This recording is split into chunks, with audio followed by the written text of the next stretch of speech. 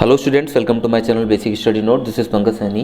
Student, आज हम अपना चैप्टर नंबर 5 द्विघात समीकरण सिद्धांत, मतलब इंग्लिश में से बोलते हैं थ्योरी ऑफ क्वाड्रेटिक इक्वेशन, तो इसके बारे में बात करने वाले हैं। सबसे पहले इसके ये जानते हैं कि द्विघात समीकरण होती क्या है, कौन से फॉर्मूले में यूज़ होने हैं, तभी हम इसके बाद एक्सरसाइज लगाएंगे। तो सबसे पहले स्टूडेंट हम क्या काम करते हैं, इनके फॉर्मूले की तरफ चलते हैं। तो देखिए, सभी फॉर्मूलों से पहले हम एक बात जान लेते हैं। देखिए, सबसे पहला टॉपिक जो हम पढ़ेंगे वो पढ़ेंगे द्विघात समीकरण। इंग्लिश में से बोलते हैं क्वाड्रेटिक इक्वेशन। द्विघात समीकरण को जो हम लिखते हैं वो इस रूप में लिखते हैं ax² plus bx plus c बराबर 0, जहां पर a जो है वो 0 नहीं होना चाहिए। मतलब कहने का क्या है स्टूडेंट, द्विघात समीकरण वह समीकरण होती है जिस समीकरण की सबसे ज़्यादा घात 2 हो, मतलब 2 से ज़्यादा घात नहीं होनी चाहिए, मैक्सिमम घात 2 हो, ठीक है नहीं, तो वह हमारी क्या कहलाती है, द्विघात समीकरण। और कभी भी जो द्विघात समीकरण का गुणांक होता है वो 0 के बराबर नहीं होना चाहिए। तो इसके अंदर क्या है, देखिए, अगर मैं कहने लगा कि इसके अंदर a क्या है, b क्या है, c क्या है। a हमारा x² का गुणांक है। क्या है, x² का गुणांक, ठीक। b क्या है, हमारा x का गुणांक है, x का गुणांक। और c क्या है स्टूडेंट, हमारा c है हमारा अचर पद, ठीक है। आपको जो समीकरण मिलेगी वो इस रूप में मिलेगी। एग्जाम्पल के तौर पर मैं बताता हूँ आपको, जैसे 2x² plus 3x plus 5 is equal to 0, इस तरह की समीकरण आपको मिलेगी। और आपको देख के लिए बताना है कि यहाँ पर सबसे ज़्यादा घात हमारी कितनी है, 2, इसलिए ये आपके द्विघात समीकरण है। और ये समीकरण मिलने के बहुत सारे रूप हो सकते हैं, जैसे किस तरह से मिल सकती है, जरूर नहीं है, क्या पता ये 3x प्लस 5 प्लस 2x² बराबर 0 इस रूप में मिल जाए, मतलब 2x² इसने आगे ले लिया, ठीक है। तो आप जैसी भी समीकरण मिलेगी सबसे पहले उसे ये वाला रूप दोगे, मतलब सबसे पहले बड़ी घात, उसके बाद उससे छोटी घात, उसके बाद बिल्कुल कोई नहीं, उसके बाद क्या जाएगा आपका इक्वल में 0। तो चलते हैं स्टूडेंट, सबसे पहले हम जानते हैं इस द्विघात समीकरण को बनाने के लिए x के 2 मान चाहिए होते हैं, मतलब उनको जो हम बोलते हैं, इनको बोलते हैं मूल। मतलब द्विघात समीकरण जो आपके बनती है वो 2 मूलों से बनती है, 2 मूलों से, 2 मूल इसे बनाने में काम करते हैं। मान लिया हमने कि वो 2 मूल आपके क्या है, अल्फा और बीटा है। क्या क्या है, अल्फा और बीटा। इसे अल्फा बोलते हैं और इसे बीटा बोलते हैं, ठीक है। तो मैंने मान लिया कि समीकरण के 2 मूल क्या है, अल्फा बीटा, क्योंकि हमें पता नहीं कि अभी समीकरण के मूल क्या है, इसलिए मैंने 2 अपने पास से मान लिए। अब यहाँ से अगर हमें अल्फा का मान निकालना हो तो अल्फा का मान जो निकलता है स्टूडेंट वो निकलता है -b plus √b² minus 4ac upon 2a।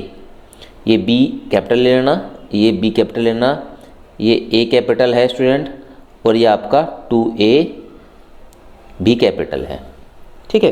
क्योंकि हम जो यहाँ से वैल्यू निकालेंगे वो a b c की निकालेंगे। अब यहाँ पे अगर मैं बीटा निकालना हो तो उसकी वैल्यू होती है -b minus √b² minus 4ac upon 2a, ठीक है। तो 2 वैल्यूज हमारी निकल के आई यहाँ से। अगर हमें कभी भी कोई द्विघात समीकरण दी हो और वहाँ से 2 मूल निकालने के लिए कहे हो तो आप यहाँ से अल्फा बीटा में वैल्यू पुट करके उसके लिए क्या करना पड़ेगा, पहले आपको, जैसे a का मान 2 है, b का मान 3 आया, c का मान 5 आया, ये सारे मान आप यहाँ रखोगे, यहाँ से आपको पहला मूल मिल जाएगा। ऐसे ही फिर a b c के सारे मान यहाँ रखोगे, यहाँ से आपको दूसरा मूल मिल जाएगा। तो एक तरीका तो आपका ये है अगर आपको मूल निकालने के लिए कह दिए। लेकिन स्टूडेंट, इसके अलावा आपने 9th में 6th 10th में फॉर्मूला पढ़ा होगा। देखिए वहाँ पे द्विघात समीकरण के गुणनखंड करके, ठीक है नहीं, जब हम मान निकालते थे तो एक तरीका वो भी है। तो जब कोई क्वेश्चन आएगा वो आपको वहाँ पे बताया जाएगा। अब उससे आगे चलते हैं स्टूडेंट, और क्या क्या चीज़ें हमें मिल सकती हैं। देखिए, पहला टॉपिक था हमारा क्या, द्विघात समीकरण के बारे में बताना।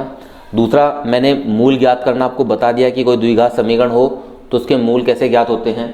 उसके बाद उससे आगे चलते हैं। नंबर 2 पार्ट हमारा क्या आता है स्टूडेंट, एक शब्द है हमारा क्या, विविक्त कर। विविक्त कर, विविक्त कर, जिसे हम क्या बोल देते हैं, विवेचक भी बोलते हैं। इंग्लिश में से जो बोलते हैं स्टूडेंट, ये बोलते हैं डिस्क्रिमिनेंट।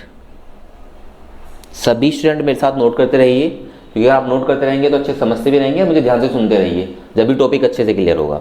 देखिए, विविक्तिकर या विवेचक बोलते हैं किसका, अगर हमें द्विघात समीकरण का विविक्तिकर या विवेचक निकालना हो तो किस तरह से, इसे जो रिप्रेजेंट करते हैं स्टूडेंट हम डी से करते हैं, ठीक है। इसे रिप्रेजेंट करते हैं हम किससे, डी से, कोई कोई इसे रिप्रेजेंट डेल्टा से भी कर देता है। डेल्टा बनता कैसे है, डेल्टा बनेगा ऐसे आपका, ठीक है नहीं। तो किसी किसी बुक में जो रिप्रेजेंट है इसका वो इस तरीके से त्रिभुज है, जैसे डेल्टा से भी रिप्रेजेंट हो जाता है। हम डी से ही रिप्रेजेंट करेंगे।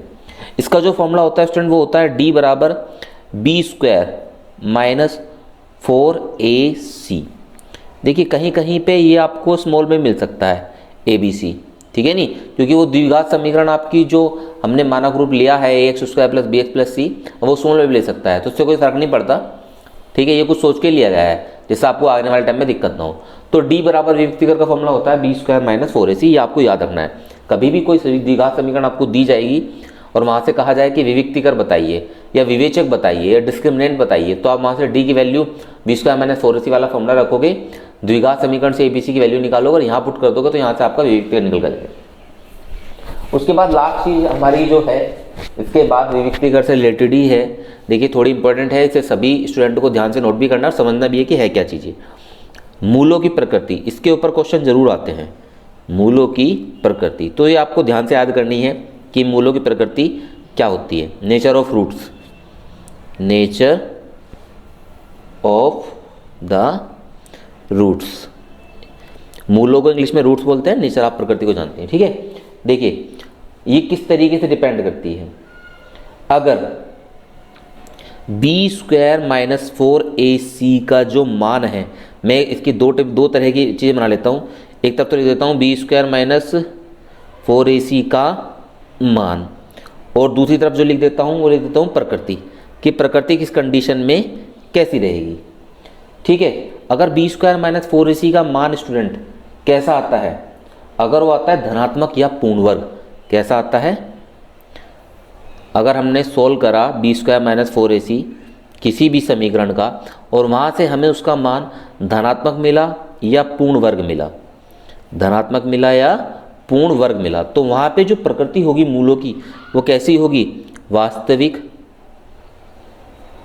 परिमेय,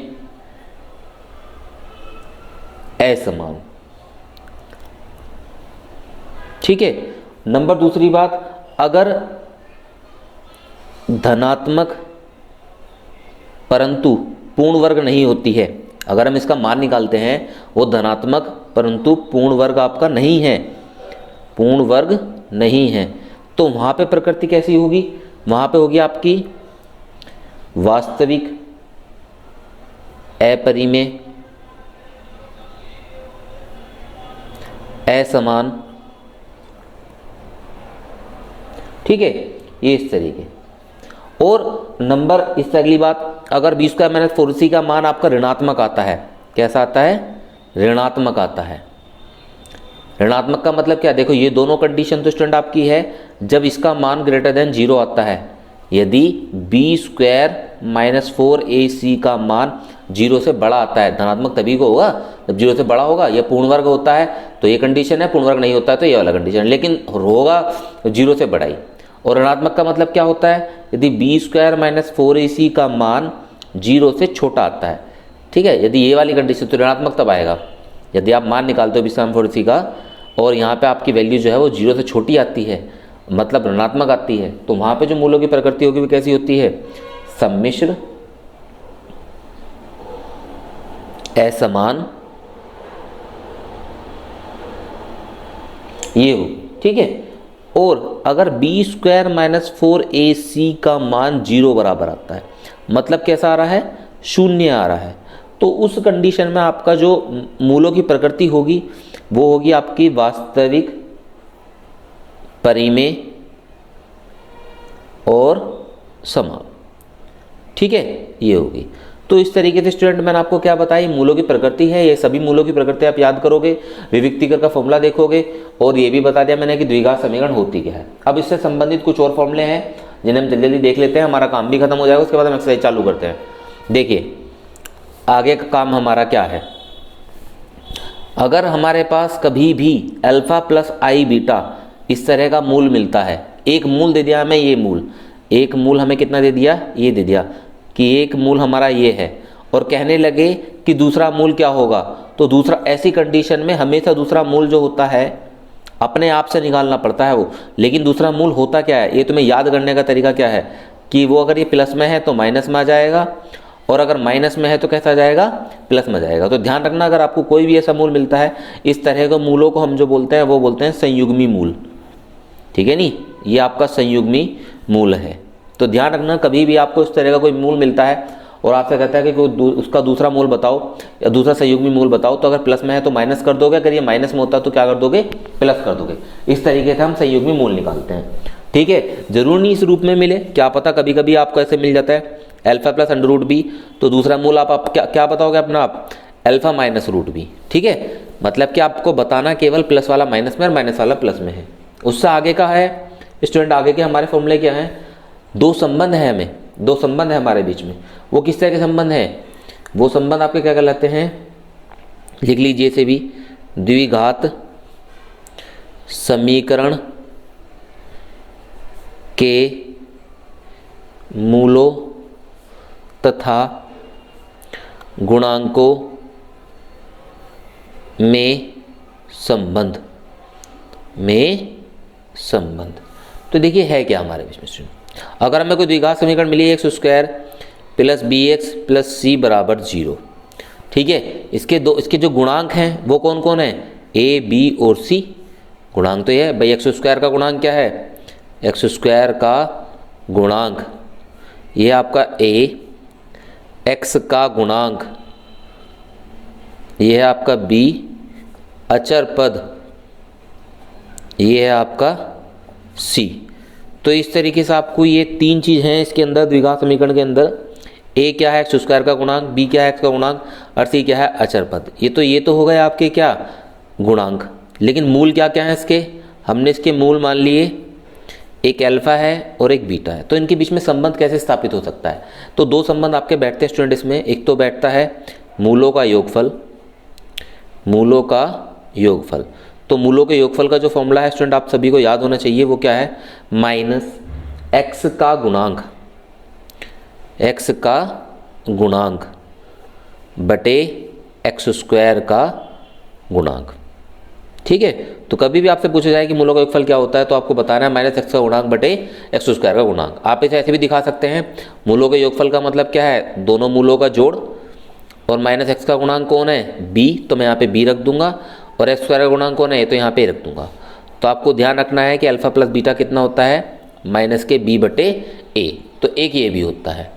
नंबर 2, मूलों का गुणनफल, मूलों का गुणनफल वो क्या होता है, अचर पद बटे एक्स स्क्वायर का गुणांक। ठीक है, एक ये होता है। तो मूलों का गुणनफल कितना हो जाएगा, अल्फा इंटू बीटा, अचर पद कितना है सी, और ये कितना है ए। ठीक है, तो ये आपका एक और फॉर्मूला हो गया, दूसरा वाला क्या, मूलों का गुणनफल इतना होता है, अचर पद इतना होगा, तो अल्फा इंटू बीटा सी अपॉन ए। तो ये आपके दो फॉर्मूले हैं, इन दो फॉर्मूलों को भी याद करेंगे, बहुत ही इंपॉर्टेंट फॉर्मूले हैं। ठीक है, और इन्हीं का यूज करके आपको क्वेश्चन भी करने हैं। लास्ट फॉर्मूला बचता है आपका, बिल्कुल लास्ट है, वह फॉर्मूला क्या है स्टूडेंट, देखिए, अगर हमारे पास यदि दो मूल हमारे पास हैं, यदि दो मूल अल्फा व बीटा हैं, तब द्विघात समीकरण क्या बन के आएगी, द्विघात समीकरण क्या बन के आती है, देखिए, एक्स स्क्वायर माइनस मूलों का योगफल, मूलों का योगफल इंटू एक्स प्लस मूलों का गुणनफल बराबर 0। ठीक है, मतलब एक्स स्क्वायर माइनस मूलों का योगफल कितना आ जाएगा, अल्फा प्लस बीटा एक्स, मूलों का गुणनफल कितना आ जाएगा, अल्फा इंटू बीटा बराबर 0। ठीक है, तो आप इसको ऐसे भी लिख सकते हैं। तो ये आपका क्या हो गया, द्विघात समीकरण का तरीका हो गया। अगर आपके पास दो मूल मिलते हैं और वहाँ से आपको क्या कह दिया जाए कि द्विघात समीकरण बनाओ, तो इस तरीके से आप क्या बनाओगे, वहाँ पे द्विघात समीकरण बनाओगे। तो देखिए स्टूडेंट, यहाँ तक मैंने आपको क्या बताया है, द्विघात इस चैप्टर के अंदर जो हमारे फॉर्मूले यूज होने हैं इस एक्सरसाइज के अंदर, वो सारे फॉर्मूले मैं आपको बता चुका हूँ। ये सारे फॉर्मूले आप अच्छे से लिखो, नोट करो और इन्हें लर्न करो। ठीक है, इसी के साथ ही हम वीडियो को ना छोड़ते हुए, क्लास थोड़ी लंबी होगी लेकिन मैं अपनी एक्सरसाइज आगे की चालू कर देता हूँ। देखिए अगली एक्सरसाइज कौन सी है हमारी, एक्सरसाइज 5.1 हमारी चालू होगी। तो बुक के अंदर देखते हैं एक्सरसाइज 5.1 हमारी क्या है। देखिए ये स्टूडेंट पहली द्विघात समीकरण a square B square x square minus a square plus B square bracket के अंदर है एक्स प्लस 1 के मूलों को ज्ञात कीजिए। तो देखिए सबसे पहला क्वेश्चन हमारा यही आया जैसा फॉर्मूला के अकॉर्डिंग था, तो मैं यहाँ से आपको मूल ज्ञात करके दिखाऊंगा किस तरह से मूल ज्ञात होंगे। तो नंबर हमारा पहला क्वेश्चन है, सबसे पहले मैं लिख लेता हूँ a square B square x square minus a square plus B square x plus 1 is equal to 0। ये हमारा द्विघात समीकरण है। मैं द्विघात समीकरण में क्या करूँगा स्टूडेंट, देखिए इसे करने का तरीका क्या है, a square B square x square अंदर मल्टीप्लाई करेंगे minus a square x minus b square x plus 1 बराबर 0। ठीक है, मैंने सबसे पहले क्या काम करा, एक्स की मल्टीप्लाई कर ली इसमें भी और इसमें भी, और इस में मल्टीप्लाई करने के बाद मैं क्या करूँगा, इन दोनों पार्ट से मैं ए स्क्वायर एक्स कॉमन ले लूँगा, अंदर बचेगा बी स्क्वायर एक्स माइनस 1, यहाँ से क्या कॉमन ले लूँगा माइनस 1 कॉमन ले लूँगा, अंदर कितना बचेगा बी स्क्वायर एक्स माइनस 1 बराबर 0। अब दोनों से क्या कॉमन ले लूँगा, B square x minus 1 common ले लिया, अंदर कितना बच जाएगा ए स्क्वायर एक्स माइनस 1 बराबर 0। अब मैंने इस समीकरण के दो गुणनखंड कर लिए, इन दोनों गुणनखंडों को सोल्व करने के बाद मैं यहाँ से एक्स की वैल्यू निकालूंगा और जो निकल के आएगी वही हमारा क्या हो जाएगा, दो मूल बन जाएंगे। देखिए वैन मैं पहला वाला फैक्टर लेके चलता हूँ, बी स्क्वायर एक्स माइनस 1 बराबर 0, B square X is equal to 1 आ जाएगा, एक्स की वैल्यू कितनी आ जाएगी 1 अपॉन बी स्क्वायर। ठीक है, वैन दूसरा वाला लेके चलेंगे, a square x minus 1 is equal to 0, a square x बराबर 1 आ गया, एक्स बराबर कितना जगह 1 अपॉन ए स्क्वायर आ गया। तो यहाँ से एक्स के दो मान निकल के आए, ये दोनों मान ही हमारे मूल हैं। तो इस तरीके से इस समीकरण के हमारे दो मूल निकल के आए, एक तो 1 अपॉन ए स्क्वायर, एक 1 अपॉन बी स्क्वायर। यही हमारा क्या हो जाएगा आंसर। करने के तरीके बहुत सारे हैं, जैसे मैंने आपको बताया था वहाँ पे कि आप फॉर्मूले में से देख लीजिए। जैसे मुझे समीकरण मिली, ठीक है, मैंने क्या बताया था, इसके दो तरीके हैं मूल निकालने के, या तो उसके आप गुणनखंड कर दो 6, 7, 8 की तरह, जैसे मैंने गुणनखंड यहाँ पे कर दिए 6, 7, 8 की तरह मैंने गुणनखंड करे, यहाँ से एक्स का मान निकाल दिया और ये एक्स के मान ही हमारे कितने हो गए, मूल हो गए, क्योंकि दो घात समीकरण है इसलिए इसके दो मूल निकलते हैं। अगर कोई 3 घात समीकरण होती तो उसके 3 मूल निकलते, तो इस तरीके से मैंने मूल निकाल दिया। दूसरा तरीका क्या था स्टूडेंट, अगर आप करना चाहो तो कर सकते हैं, या आपको क्या करना पड़ेगा, ए बी सी, इस समीकरण से ए बी सी तीनों के मान निकालोगे। ए की वैल्यू ए स्क्वायर बी स्क्वायर है, बी की वैल्यू ए स्क्वायर प्लस बी स्क्वायर है और सी की वैल्यू 1 है, और ये सारी वैल्यू आप क्या करोगे, यहाँ पर पुट कर दोगे, सोल्व करोगे और यहाँ से अल्फा बीटा का मान निकल कर जाएगा। ये अल्फा बीटा ही हमारे दो मूल जाएंगे। तो इसे करने का तरीका थोड़ा लेंथी बैठेगा, इसलिए मैंने लेंथी नहीं शॉर्टकट मेथड यूज़ करा, ये हमने पहले कर भी रखा है इस वजह से। अब अपना अगला क्वेश्चन की तरफ चलते हैं। अगला क्वेश्चन हमारा क्या है, नेक्स्ट क्वेश्चन है स्टूडेंट, सिद्ध कीजिए कि निम्नलिखित समीकरण एक सर्वसमीका है। ये एक सर्वसमीका है, आपको सिद्ध करना है। नंबर इसके अंदर करना क्या, देखिए ये हमें सिद्ध करनी है कि एक सर्वसमीका है। ये सर्वसमीका किस कंडीशन में होगी ये भी मैं आपको बताता हूँ। देखिए सबसे पहले पहला क्वेश्चन हमारा 2012 में आया हुआ था, तो सभी से नोट करिएगा, अच्छे से लर्न भी करिए, मतलब कि फॉर्मूला का यूज करके भी करना और वैसे जैसे मैंने कराया गुणनखंड का यूज करके वैसे भी कर लेना। एक क्वेश्चन इंपॉर्टेंट थे, बता दें, लेटेस्ट आया हुआ भी था। नंबर सेकंड क्वेश्चन है हमारा ये, इसे मैं बताने जा रहा हूँ अभी। नंबर सेकंड क्वेश्चन क्या है हमारा, क्वेश्चन नंबर 2।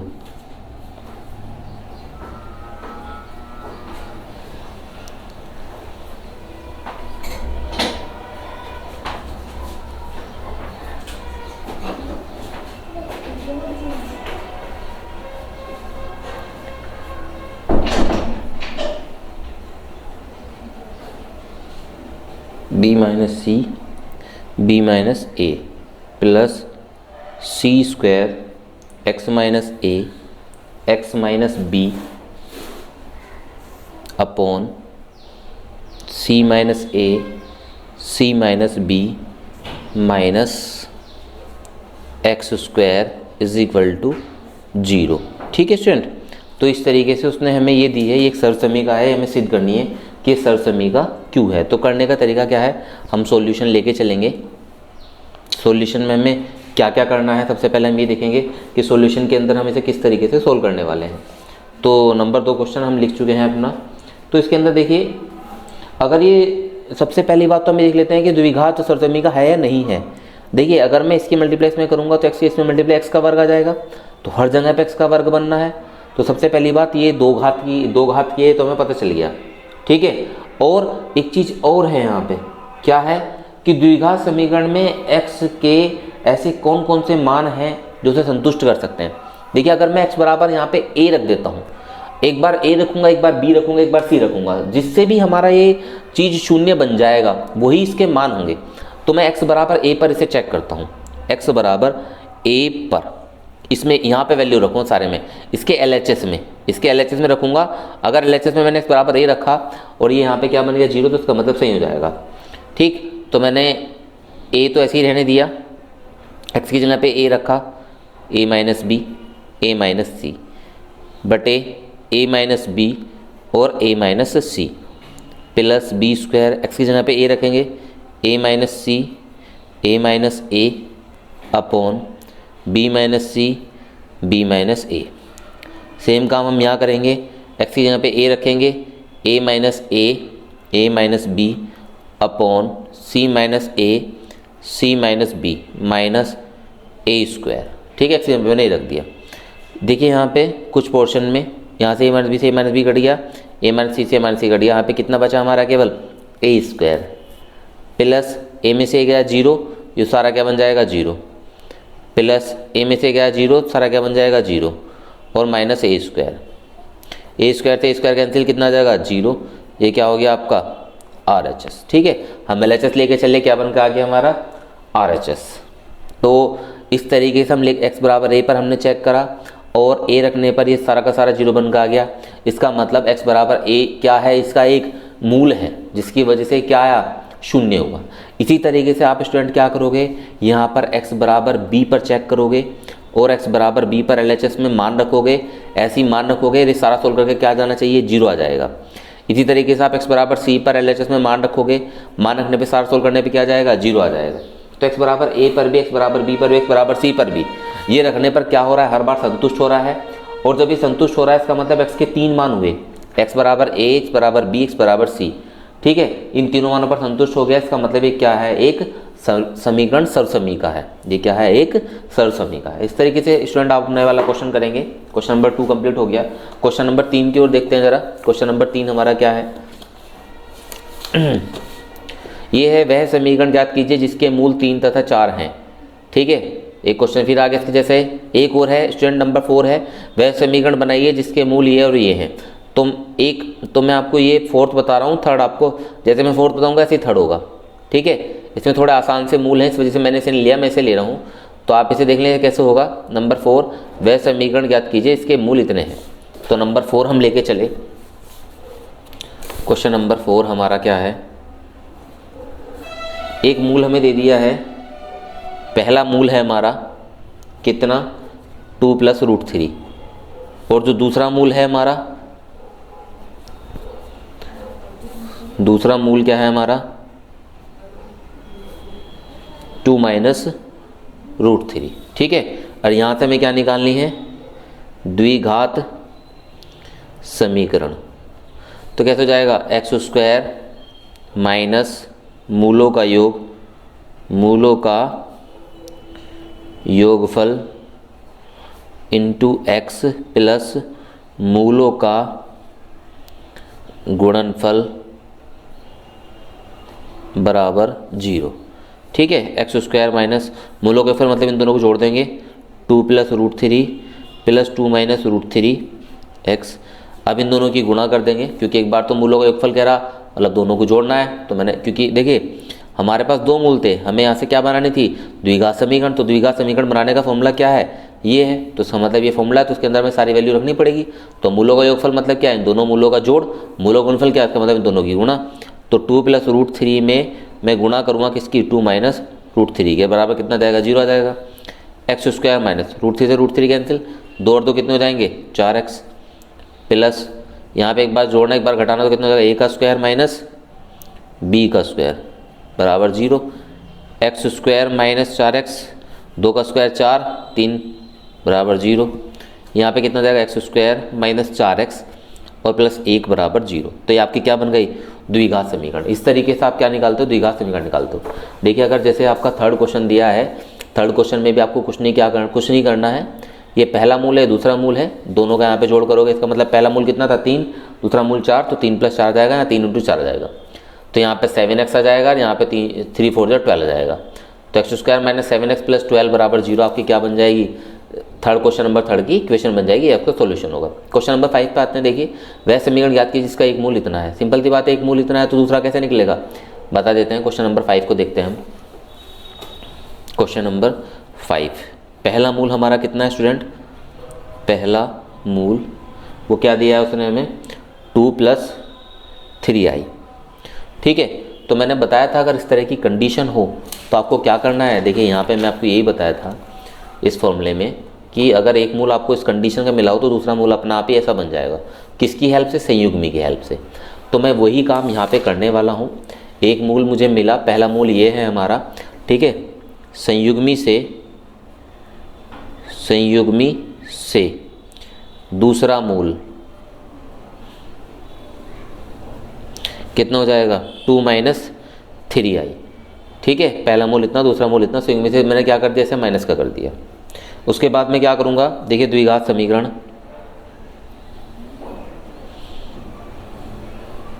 फॉर्मूला क्या है द्विघात समीकरण का, x² - मूलों का योगफल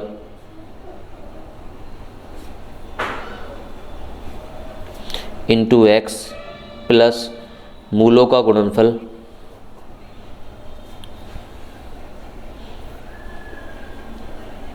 बराबर 0। ठीक है, यहाँ पे मान रख दूंगा। अब मूलों के योगफल में दोनों को ऐड करना है, 2 + 3i + 2 - 3i इंटू एक्स। गुणनफल में इनकी गुणा करनी है, 2 + 3i और 2 - 3i बराबर 0। 3i से 3i कैंसिल, x² - 2 और 2 कितना हो जाता है 4x। एक बार जोड़ा एक बार घटाना तो कितना हो जाएगा, एक बार a का स्क्वायर - b का स्क्वायर बराबर 0। ठीक है, तो थोड़ा और सोल्व करेंगे, x² - कितना जाएगा 4x, 2 का स्क्वायर 4, 3 का स्क्वायर 9 इंटू i² बराबर 0। यहाँ कितना जाएगा, x² - 4x + 4 9, i² की वैल्यू -1 आ जाएगी। ठीक है, x² - 4x + 4, ये प्लस के 9 आ जाएगा इक्वल टू 0। ध्यान रखना स्टूडेंट, i² की वैल्यू कितनी होती है, -1 होती है, तो ये आपको याद रखना है। इसलिए मैंने i² की वैल्यू -1। यहाँ मैंने क्या काम करा, एक बार जोड़ा एक बार घटाया, इसका एक फॉर्मूला होता है a² - b², आइडेंटिटी यूज़ करी, वहाँ से ये लगा दिया। x² - 4x 4 और 9 कितना होता है 13 इक्वल टू 0। ये आपकी क्या बन के आ गई, द्विघात समीकरण। इस तरीके से स्टूडेंट आपने क्या काम करा, अपना जो क्वेश्चन नंबर 5 है वो कंप्लीट कर लिया। क्वेश्चन नंबर 5 में हमारा क्या हो गया, कंप्लीट हो गया। देखिए 2003 में आया हुआ एक क्वेश्चन है, उसमें क्या कहा है, द्विघात समीकरण ये है कि मूल बराबर है तो प्रतिबंध ज्ञात कीजिए कि क्या बनेगा।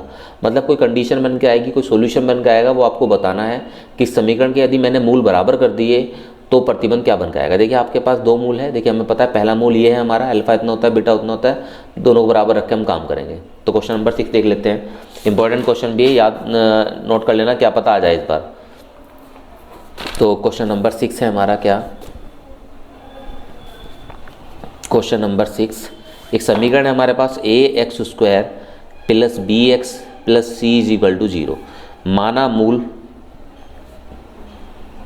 अल्फा व बीटा है। ठीक है, और क्या दिया है कि ये आपस में कैसे हैं, बराबर हैं। हमें पता है अल्फा की वैल्यू कितनी होती है, -b,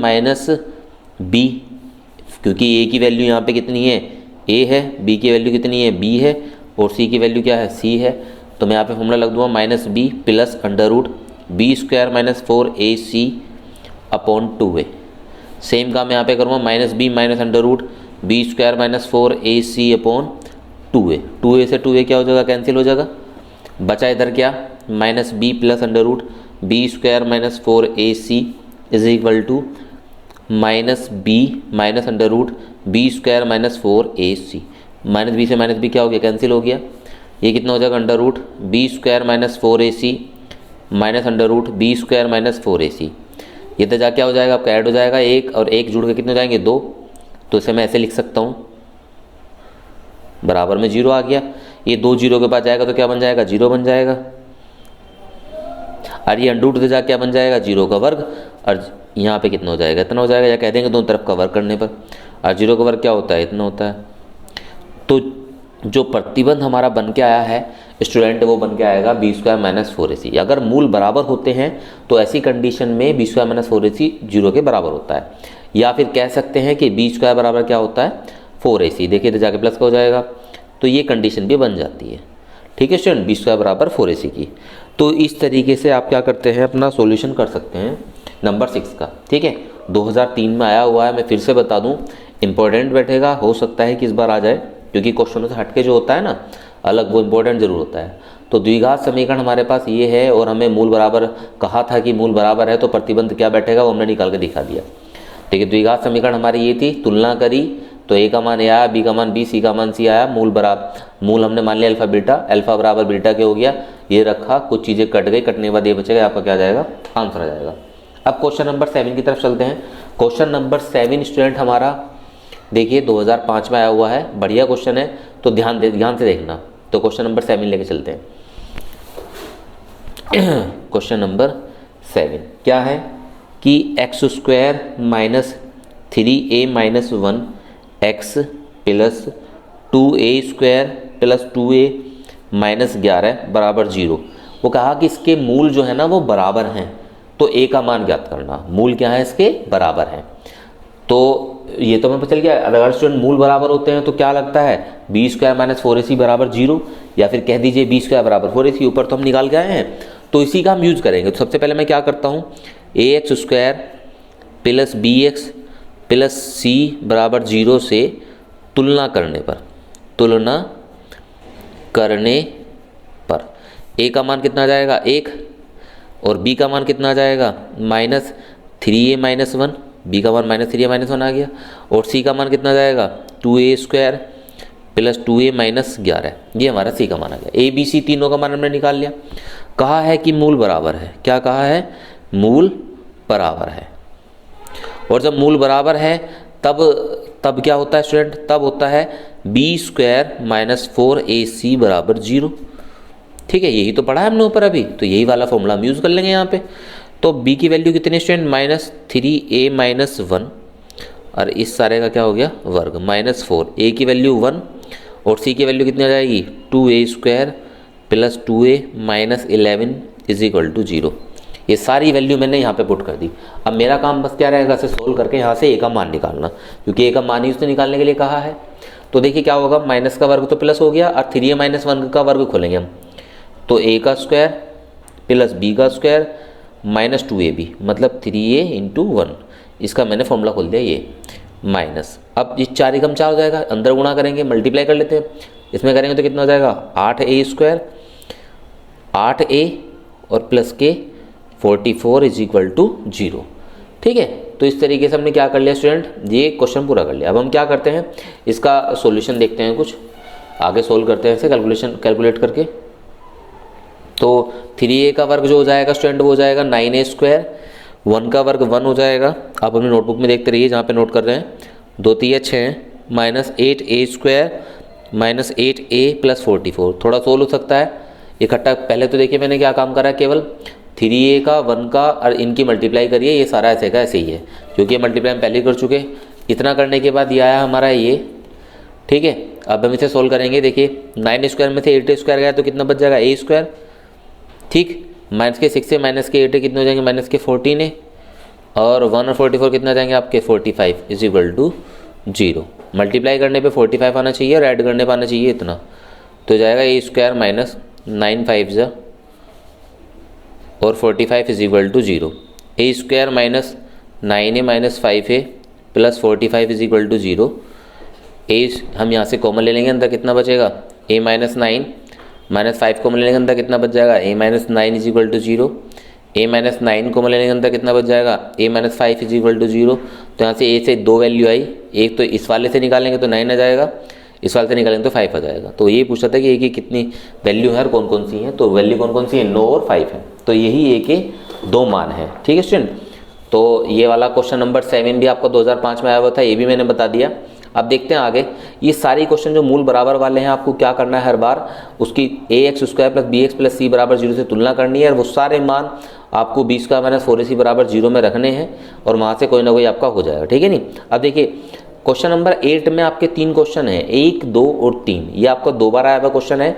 तो क्वेश्चन नंबर 8 का मैं दूसरा वाला क्वेश्चन जो 2 बार आया हुआ क्वेश्चन है, इसे मैं बता रहा हूँ, ठीक है नहीं। यही इंपॉर्टेंट है कि वीडियो काफ़ी लेंथी हो चुकी है, क्वेश्चन बहुत सारे अभी बचे हुए हैं, तो इस तरीके से हमें कोई भी क्वेश्चन स्किप करना पड़ेगा, लेकिन सेम एज क्वेश्चन में स्किप करूँगा, बाकी सब क्वेश्चन आप करते रहेंगे, ठीक है। आपके एग्जाम्पल में भी जरूर होंगे ये वाले क्वेश्चन, तो जैसे मैं इसे बता रहा हूँ ना, ये वाला तो सेम ऐसे ही है और ये भी सेम ऐसे ही बन के आएगा, ठीक है नहीं। तो देखते हैं क्वेश्चन नंबर 8 का सी पार्ट। ये क्वेश्चन दिया हुआ है उसने कि मूल बराबर है तो सिद्ध कीजिए इतना, तो लिख लेते हैं हम क्वेश्चन नंबर 8 का सी पार्ट।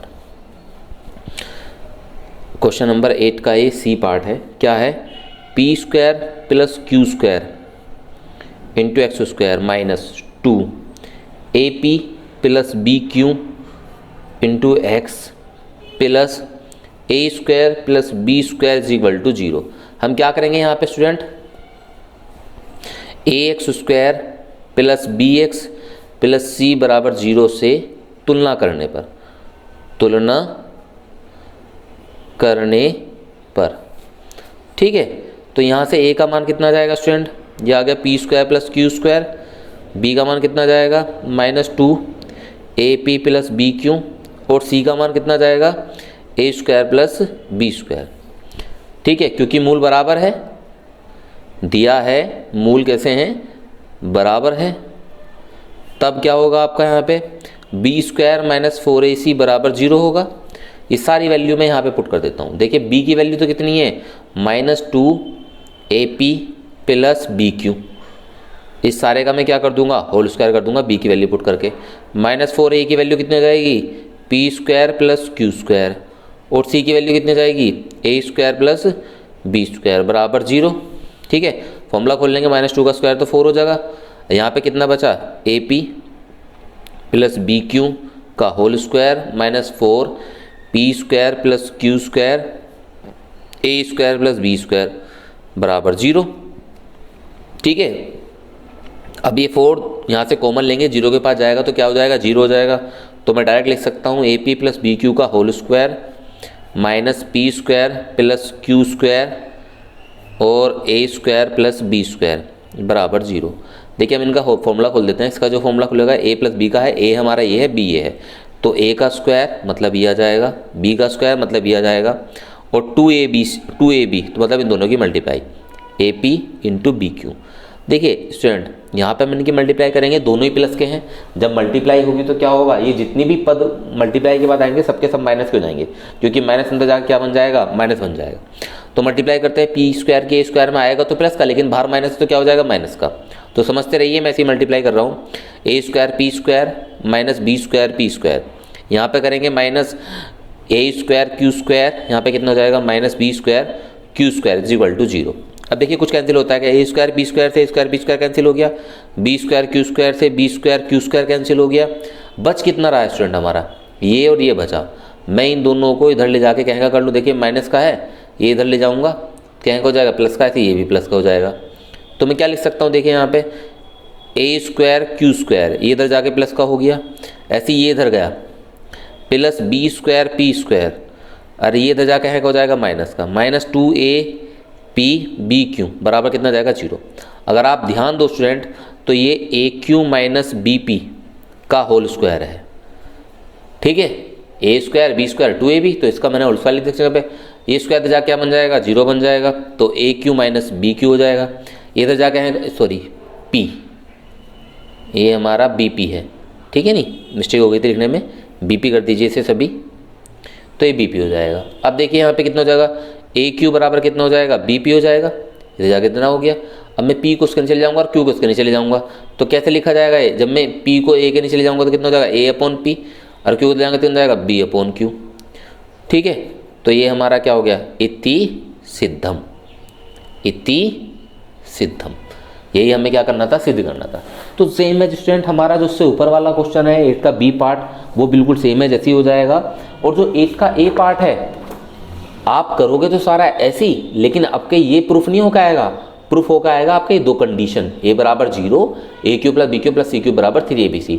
तो घबराने वाली बात नहीं है। अगर किसी को समस्या आती है तो वो कमेंट बॉक्स में जाकर हमें कमेंट कर देगा, बता देगा सर ये हमसे नहीं हुआ है या नहीं हो पा रहा है, तो आप हमें बता दें, उसे हम करा देंगे, ठीक है। लेकिन जो इंपॉर्टेंट क्वेश्चन थे वो मैंने आपको बता दिया, ये 8 का सी इंपॉर्टेंट था। इसी तरीके से आप इसे ट्राई करना, उसे ट्राई करना। इस तरीके से आपके 8 क्वेश्चन हो चुके हैं। अब चलते हैं स्टूडेंट अपने आगे क्वेश्चन की ओर।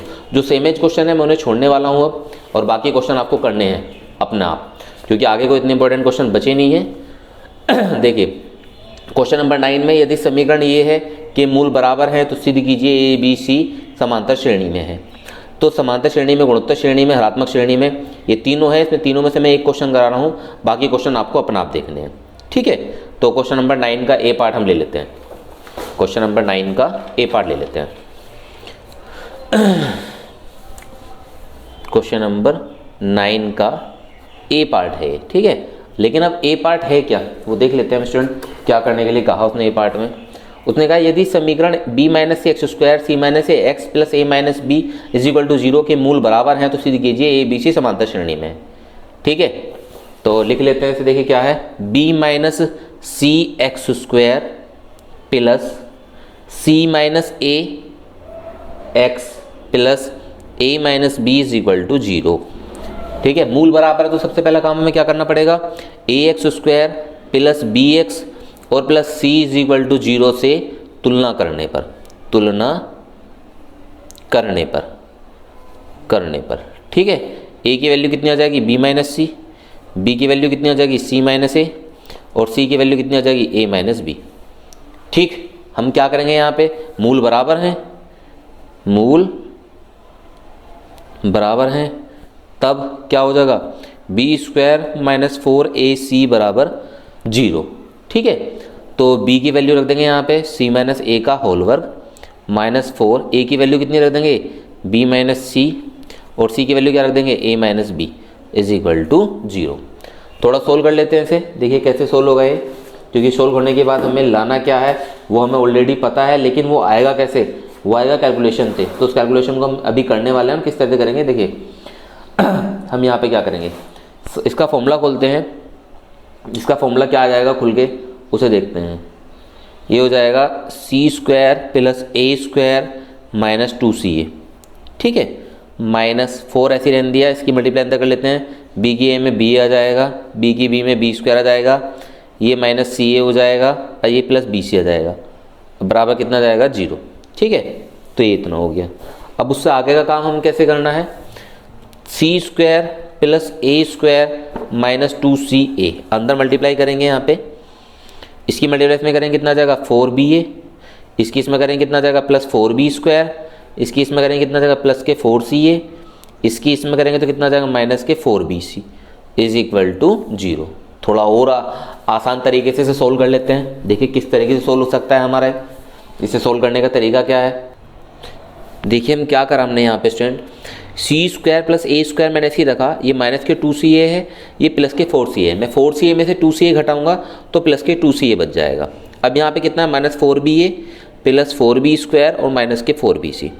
अब बस हमें केवल इसका एडजस्टमेंट करना है सही तरीके से। कैसे एडजस्टमेंट होगा, मैं पहले ए स्क्वायर लिख लेता हूँ, उसके बाद क्या लिख लेता हूँ, 4b स्क्वायर लिख लेता हूँ, उसके बाद क्या लिख लेता हूँ, सी स्क्वायर लिख लेता हूँ, ठीक है। उसके बाद मैं ए बी वाली चीज़ें रख लूँगा। ए बी वाली मतलब कितनी, 4ab, फिर इसके बाद बी सी वाली माइनस 4bc, इसके बाद सी ए वाली प्लस के 2ca इज इक्वल टू 0, ठीक है। मैंने केवल ना आगे पीछे करके लिखा, स्टूडेंट देख लेना, मैंने ये पहले लिखा, फिर ये लिखा, फिर ये लिखा, उसके बाद क्या, फिर ये लिख लिया, उसके बाद फिर इसे लिखा और फिर इसे लिख लिया। सारे पद हमारे आगे 6 पद थे, 6 नीचे हो गए, सही क्रम में करके लिख लिए। अब देखिए मैं क्या करता हूँ, इसको मैं माइनस 2b का वर्ग लिख दूँ, ये c का वर्ग है, और देखिए यहाँ पे कितना हो जाएगा, प्लस 2ab, a और b। मैं इसको 4ab को 2 दूनी 4 और ab ऐसे लिख सकता हूँ। फिर मैं इसको लिखूँगा, कितना जाएगा, प्लस 2bc, b कितना है, माइनस 2b, और c कितना है, इतना। तो 2bc ऐसे मैंने इसको ऐसे लिख दिया, प्लस 2c कितना जाएगा, इज इक्वल टू 0। तो ये आपका जो बन गया है ना स्टूडेंट, ये a plus b plus c का होल स्क्वायर बन गया, ये सारा का सारा, इसे मैंने ऐसे लिख दिया। अब इसे और कैसे लिख सकता हूँ, a minus 2b plus c, और ये स्क्वायर जाकर रूट बन जाएगा तो 0 बन जाएगा। अब मैं क्या करूँगा, 2b इधर गया, a प्लस c यहीं पर रहा, 2b का इधर जाके प्लस का हो गया। और मैं इसे और कैसे लिख सकता हूँ, b बराबर a+c/2। ठीक है, और ये कब बनता है स्टूडेंट? ये समांतर श्रेणी मैंने आपको बताया था कि अगर आपका a b c AP में है तो बीच का पद, अन्य दो जो पद है आगे पीछे के, उनके योग के आधे के बराबर होता है। तो ये देखिए आपने सोल्व करा इसे, और सोल्व करने के बाद आपने क्या देखा कि कंडीशन ये बन के आई, ये कंडीशन किससे मैच कर गई कि ये आपका AP में है। अतः क्या हो जाएगा? अतः ABC समांतर श्रेणी में है, समांतर श्रेणी में है। यही हमें क्या करना था? सिद्ध करना था। तो एक्सरसाइज जो थी आपकी मोस्टली क्वेश्चन मैं बता चुका हूँ। 9 का A पार्ट, जैसे आपका B पार्ट है गुणोत्तर श्रेणी में है, तो आपका सॉल्यूशन यहाँ पे क्या आना चाहिए? यहाँ पे आएगा b² बराबर AC। ठीक है नी, हरात्मक श्रेणी में क्या आना चाहिए? हरात्मक माध्य वाली कंडीशन आ जाएगी। इससे अगले वाले में क्या कहा था? देखिए मूल बराबर हैं, तो मूल बराबर में आप क्या करोगे? सबसे पहले इनकी गुणा करके एक समीकरण बनाओगे, ax² + bx + c बराबर 0 वाली कंडीशन में मूल बराबर रख दोगे, कंडीशन बन के आ जाएगी ये। मूल परिमेय, मतलब मूल परिमेय कहाँ पे थे? जब b² - 4ac का मान 0 से बड़ा था। तो मतलब कि प्लस का, जैसे आप b² - 4ac का यहाँ से भी तुलना करोगे, a b c का मान निकालोगे, b² - 4ac में वैल्यू पुट करोगे, और वहाँ से b² - 4ac का मान कैसा आएगा? प्लस का आएगा, जो भी वैल्यू आएगी प्लस में आएगी। तो आपकी जो कंडीशन है वो बन के आ जाएगी, इसे आप सिद्ध कर लोगे। इस तरीके से 12, 13 और 14 ये सेम क्वेश्चन भी आपके मूलों की प्रकृति की हैं। इस तरह के क्वेश्चन आपके एग्जाम्पल में भी मिल जाएंगे। इस एक्सरसाइज के मोस्टली जो अच्छे क्वेश्चन थे और जो सिमिलर क्वेश्चन है मैंने बस वही छोड़े हैं। जो अच्छे क्वेश्चन थे लीक से हटके हैं बिल्कुल, उन क्वेश्चन को सबको मैंने करा दिया है। तो स्टूडेंट, अगर आपको वीडियो अच्छी लगी हो तो वीडियो को लाइक करें, वीडियो को ज़्यादा से ज़्यादा शेयर करें औरों तक, और कमेंट किया करें अच्छे, वीडियो को लाइक करें। धन्यवाद।